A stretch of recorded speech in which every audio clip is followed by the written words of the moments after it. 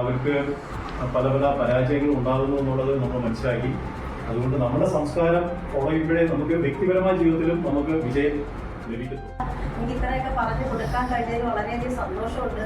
ഓരോന്ന് കേൾക്കുമ്പോഴും ഇവരുടെ മുഖത്തുണ്ടാകുന്ന ഒരു പുഞ്ചിരിയും ഒരു പ്രത്യേക ഒരു വൈബ്രേഷനാണ് അവരുടെ മുഖത്ത് നിന്ന് വന്നിട്ടുള്ളത്. കാരണം എന്ന് വെച്ചാൽ നമ്മുടെ കുട്ടിക്കാലത്ത് കേട്ടു പഠിച്ചിട്ടുള്ള മന്ത്രങ്ങളും മുത്തശ്ശി വൈദ്യങ്ങളും ഒന്നും ഇപ്പം നമ്മൾ കേൾക്കാനേ ഇല്ല. കാരണം ആർക്കും സമയമില്ല. എല്ലാവരും ഈ ജോലിയുടെ തിരക്കിൽപ്പെട്ട് അങ്ങ് ഇങ്ങൊക്കെ പോകുമ്പോഴത്തേക്ക് കുട്ടികൾ വരെ മൊബൈലിൽ കൊടുത്ത് അവിടെ ഇരുന്നിരിക്കുമ്പോൾ അതിൽ നിന്ന് എന്ത് കിട്ടണം എന്ത് കിട്ടണ്ട എന്നുള്ളത് അവർക്ക് അറിയാൻ പാടില്ല. അപ്പോൾ ചിട്ടയായിട്ടുള്ള ഒരു രീതിയിൽ ഈ ഒരു കോഴ്സ് അറേഞ്ച് ചെയ്ത് ഗുരുജി തന്നതിൽ ഞാൻ വളരെയധികം നന്ദിയുള്ളതാണ് ഗുരുജിയോട്. നമ്മൾ കുട്ടികൾക്ക് കൊടുക്കുന്ന സ്നേഹം എന്ന് പറയുന്ന ഒരു വ്യാപാരമല്ല. നമ്മുടെ സന്തോഷം കൊണ്ടാണ് നമ്മളെ കുട്ടികളെ സ്നേഹിക്കുകയും അവർക്ക് വേണ്ടുന്നത് കൊടുക്കുകയും ചെയ്യുന്നത്. അതുകൊണ്ട് നമ്മൾ തിരിച്ച് കുട്ടികളിൽ നിന്ന് യാതൊന്നും പ്രതീക്ഷിക്കേണ്ട. ഞാൻ ഈ ശ്രീ സംസ്കാര കേന്ദ്രയിൽ വന്നപ്പോൾ എനിക്ക് ഇവിടെ കുറെ യോഗാസനങ്ങളും പഠിക്കാൻ പറ്റി. എനിക്ക് നല്ലൊരു പോസിറ്റീവ് വൈബാണ്. അങ്ങനെ എന്നിട്ട് ഇവിടെ കുറെ കഥകൾ പറഞ്ഞു തരും. എൻ്റെ പേര് വൈകാരം. എൻ്റെ പ്രിയപ്പെട്ട ടീച്ചറിന് നമസ്കാരം. ഞാൻ ഇവിടെ പറയാൻ സംസ്കാര കേന്ദ്രത്തിൽ ഇവിടെ അതും പറയാൻ പോകുന്നത്.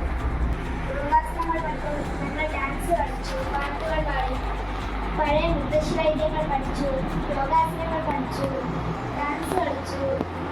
ഇതൊക്കെയാണ് എനിക്ക് ഇതിലൂടെ അറിയുന്നത്.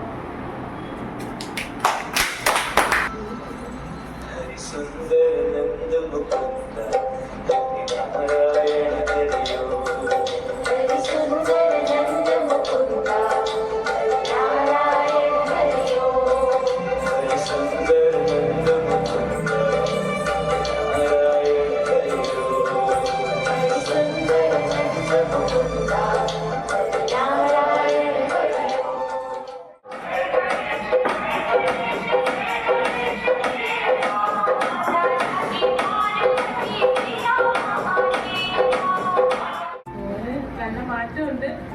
ചേച്ചിയുടെ പറ്റുന്ന ദിവസങ്ങളിലെല്ലാം ചെയ്യും. വീട്ടിലെവിടെയെങ്കിലും പോകണമെങ്കിൽ മാത്രമേ മാറ്റമുണ്ട്. രാവിലെ എഴുന്നേറ്റ് വരുന്ന ദിവസം ഭയങ്കര ഉത്സാഹത്തോടെ